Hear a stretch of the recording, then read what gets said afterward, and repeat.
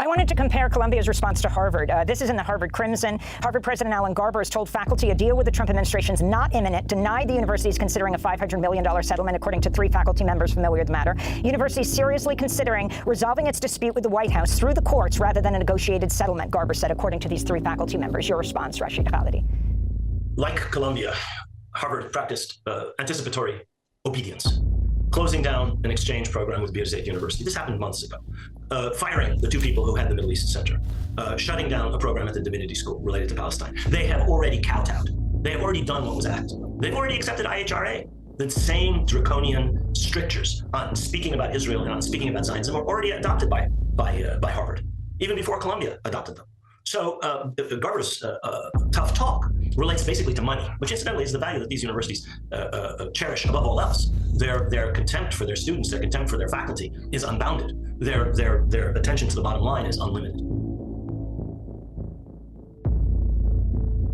And we are talking about a situation in which really Columbia University has accepted a set of values that have nothing to do with the values that Shipman talked about.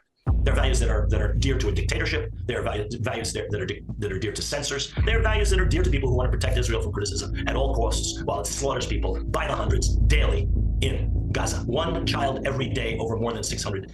I mean, it's extraordinary. The largest number of children killed in a conflict, the largest number of medical workers killed in a conflict, the largest number of journalists killed in a conflict in the 21st century.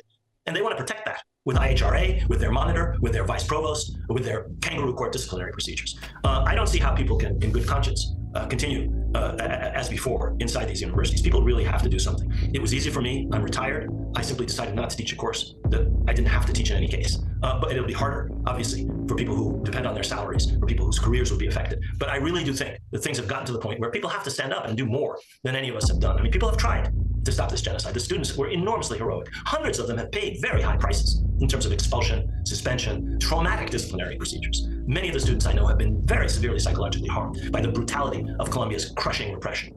They've sacrificed. I think it's time for other people to sacrifice. And by that, I don't just mean people in academia. I mean everybody. People in the complicit news media. The mainstream news media are complicit in genocide by for example, publishing anything that the Israeli military spokesman says. They're inveterate liars. They should be called out for that when it is proven that what they're saying is an absolute lie. The media should be saying that. On the contrary, the reverence for anything an Israeli official says is nauseating. These people are committing genocide. You would not have reverence for the government of Myanmar or for the rapid support forces in Sudan as they slaughter people. Why are we reverently repeating in the media the lying statements of Israeli officials?